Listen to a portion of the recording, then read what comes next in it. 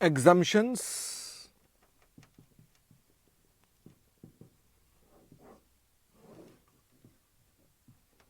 for a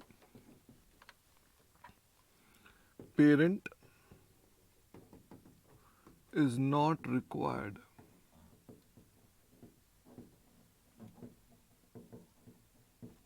to consolidate if its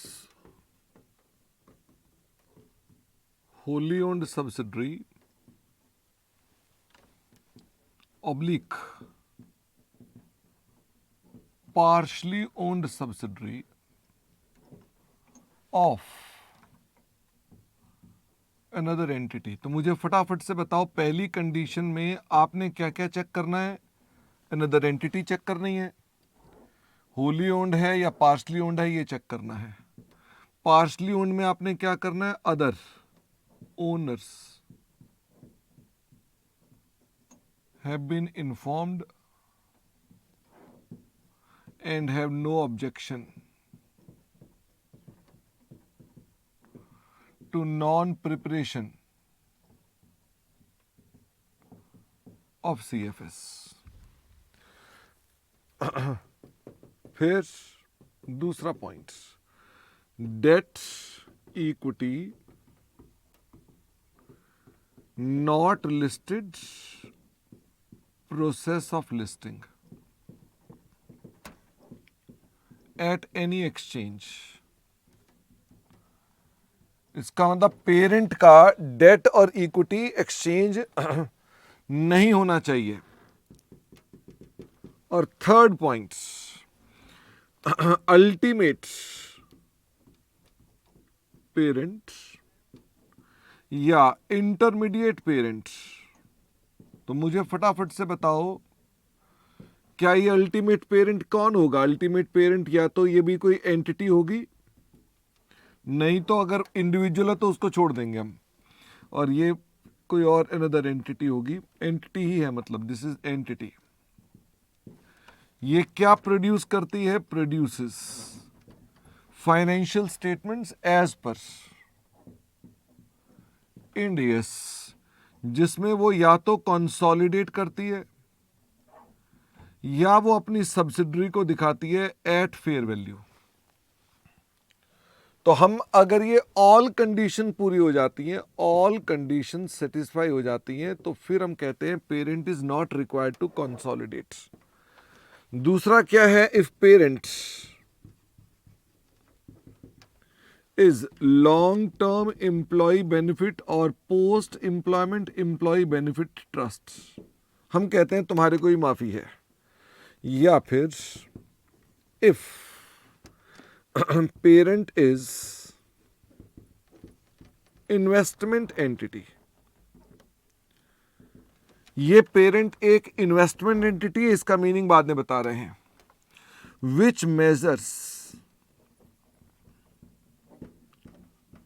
all subsidiaries at fair value.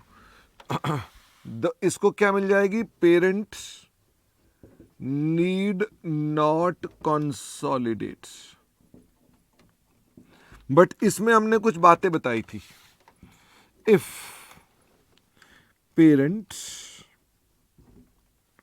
Which is investment entity, जिसे आप investment entity बोलते हैं, has a subsidiary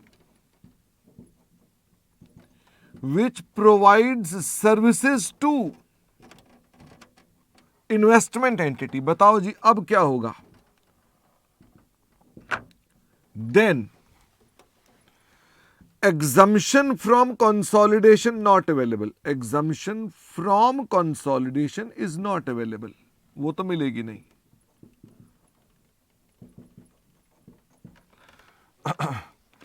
consolidation is required, consolidation as per 103 and 110 is required